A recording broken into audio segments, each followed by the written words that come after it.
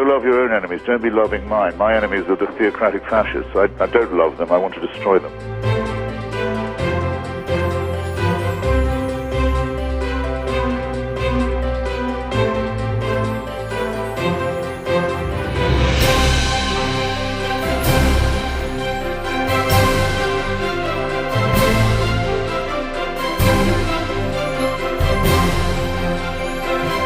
You're a child made in the image of God. Oh no, you're not. You're a faggot. And you can't join your church and you can't go to heaven. This is disgraceful. It's inhuman.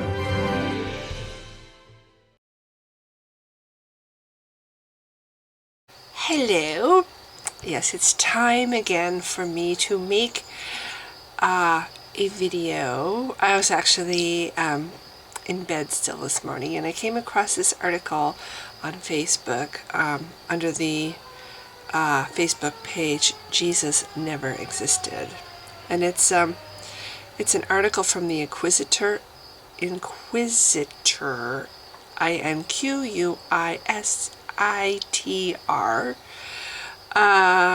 Let's see, it says Jesus never existed, says new report that finds no mention of Christ in 126 historical texts.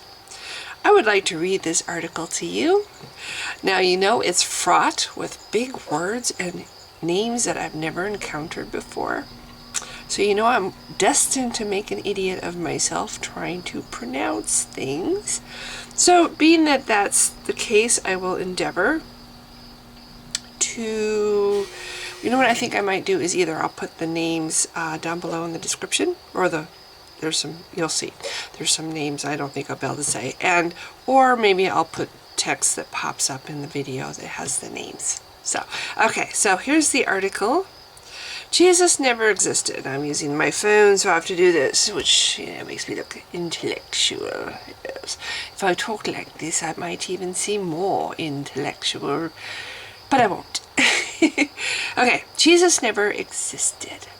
That is the conclusion of a researcher who says he has combed 126 texts written during or shortly after the time Jesus is supposed to have lived, and found no mention of Jesus whatsoever. The claim that Jesus, the Messianic figure at the center of the world's largest religion, Christianity, was simply a fictional character is not a new one. Advocates of the mythical Jesus theory have been around for years. I'm one of those, yeah.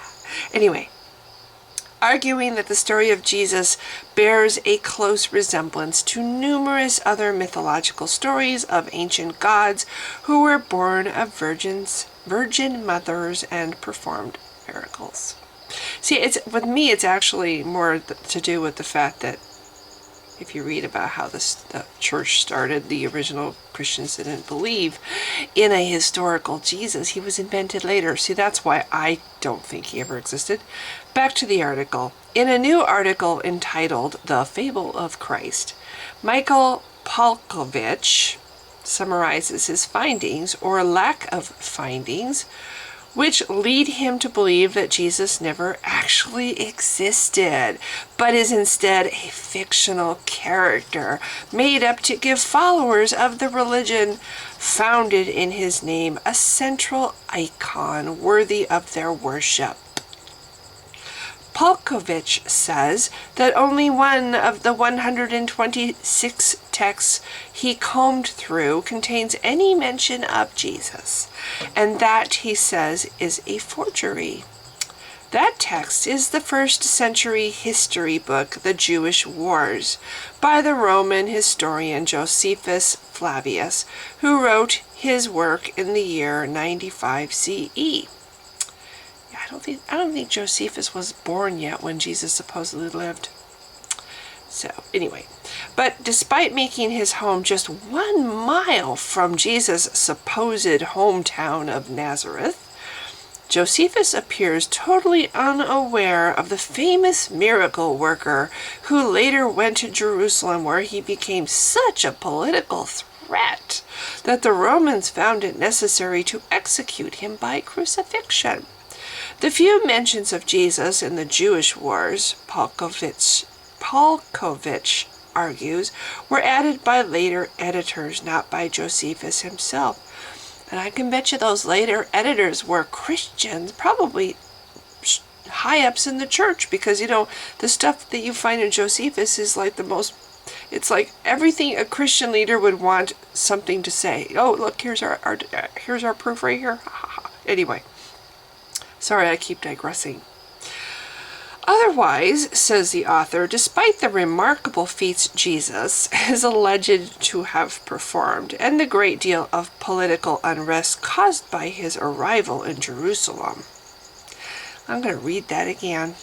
Otherwise, says the author, despite the remarkable feats Jesus is alleged to have performed and the great deal of political unrest caused by his arrival in Jerusalem, not a single writer from the time and place of Jesus' life finds that Jesus so much as rates a footnote. Okay, here's where the big words come in. Okay, these are historians or people who have written stuff, you know. Emperor Titus, I can say that one. Cassius Dio, or Dio, Cassius Dio, Maximus, Moeragenes, okay. I'm going to put these down below. Lucian, Soterichus Oasites, Christ isn't in there. That was me swearing, okay.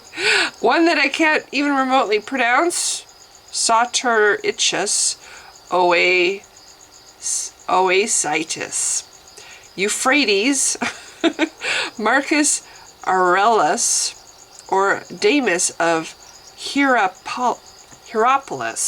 I'm sorry, I am so inept. Okay, I'm inept. What do you do? It seems none of these writers from 1st to 3rd century ever heard of Jesus. Global miracles and alleged worldwide fame be damned, Palkovich said in a recent interview. I just want to make a side note about these miracles that Jesus did. When you think about it, what did Jesus do that your typical charlatan on TV, faith healer, you know, does? And I'm sorry, the Lazarus thing. Actually, just stupid anyway, because he didn't actually exist, but I'm just saying. Okay, the Dead Sea Scrolls, also known as the Qumran texts, Qumran texts, also contain no mention of Jesus. Even the Apostle Paul, the New Testament figure credited with spreading the new religion that came to be called Christianity shortly after the supposed death of Jesus, never says that Jesus was a real person, even in the Bible itself. Paul is unaware of the Virgin Mother and ignorant of Jesus' nativity, parentage, life events, ministry, miracles, apostles, betrayal, trial, and harrowing passion. Palkovich states, Paul knows neither where nor when Jesus lived and considers the crucifixion metaphorical. That's because Paul was one of the early Christians who believed that Jesus was a spirit being. The earliest Christians did not know or believe in a physical Jesus. That was made up later. While today Christianity has become the most popular religion in world history, with it's only because there's more humans now than there ever has been before, with 2.2 billion human beings calling themselves Christians, Palkovich points out that as late as the 4th century, Christianity was still a small and widely persecuted cult. Good choice in words. The invention of a mythical figure for followers of the cult to rally around gave the early Christians the strength to survive, according to this theory. On the other hand, another recent advocate of the mythical Jesus believes that Christ was invented by the Romans as propaganda to pacify the public. That's a lot of P's in that sentence. Propaganda to pacify the public. Oh yeah, propaganda to pacify the public. Sorry, I'm having fun with this. Okay. When I consider those 126 writers, all of whom should have heard of Jesus but did not, and Paul and Marcion and Athenagoras and Matthew, with a tetralogy of opposing Christ, the science from Qumran and Nazareth and Bethlehem, conflicting Bible stories, and so many other mysteries and omissions, Palkovich writes, I must conclude that Christ is a mythical character. Yeah. So, there it is. Okay. I had somebody today say, well, you know, there's probably, you know, it's a myth, but probably there's a grain of truth to it. There's probably some guy that inspired the whole thing. It's like, how can there be a human being that inspired the whole thing when the earliest Christians believed in Jesus? But their Jesus was a spiritual entity. You know? It's like, you know, that doesn't make any sense. If the original Jesus was a spirit being, then why would there be another Jesus that was inspired by a human? That makes no sense at all. The original Jesus was a spirit being. The historicized Jesus was a reinvention of the original Jesus. Well, you know, we need him to be physical, so what are we going to do? What are we going to name him? I always think of, you know, all the early Christians, they draw straws, and the guy who gets the short straw, they decide to name the character after that guy. except I think that he was just the original Jesus, which was a spirit being reinvented into the historicized version of Jesus. I mean, the earliest Christians knew nothing about this physical Jesus. And from what I read, I don't remember the book, which I read a lot of books that helped me out of the delusion of Christianity. But one of the books that I read, and I'm sure you can find this information if you search for it. What was I saying?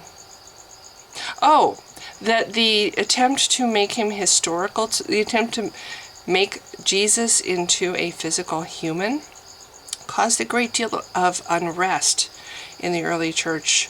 The people who believed that he was a spirit being, you know, pure, untainted, holy, were very much opposed to the idea, the very vulgar idea that was being presented, that their Lord came from the loins of a mere woman. Think about how they viewed women and how the Bible depicts women. Dirty women. You know, how can such a pure, the Son of God come from the vagina of a woman? It was repulsive to them. It caused a risk. So that's the article. I kind of cut it short. I was starting to ramble. So that was the article. I wanted to share it. Finding out that Jesus never existed was, of course, I don't know which was the final nail in the coffin for my belief. It was either the finding out how the Bible came to exist, which was pretty upsetting, actually, finding out how the Bible came to exist, finding out how humans just, you know, manipulated it all. But then, of course, coming to realize that Jesus never exists was the final step to coming to the point where the words crossed my mind. There's no such thing as God. It's all fake. It's all made up. You know, and Christians think this is like an easy thing it's not an easy thing for somebody to come to the point of realizing that they've been wrong their whole life. It's really not easy. And it's a very painful thing. So, saying to somebody like myself, well, you were never a Christian, is just remarkably a naive thing to say. It shows you have no clue whatsoever. You know, people don't just wake up one day, oh, I don't believe anymore. I'm an atheist now because it's cool. You know, they don't do that. It's a arduous transformation. It's the compiling of little things that you don't want to hear over time And then all of a sudden one day you realize it was all a lie. You've been bullshitted your whole life. You've been hoping in something your whole life, you know? Do I think the afterlife is real? That's a different story. I don't think it's real, but I think there's a lot of things we don't know yet, and I'll just leave it at that. So anyway, if you've been watching, thanks. Bye. I am absolutely convinced that the main source of hatred in the world is religion. And I think it should be religion treated with ridicule and hatred and contempt. Share the same weather, winter or summer, May or September, the 4th of whenever, it's better together. Let's get together.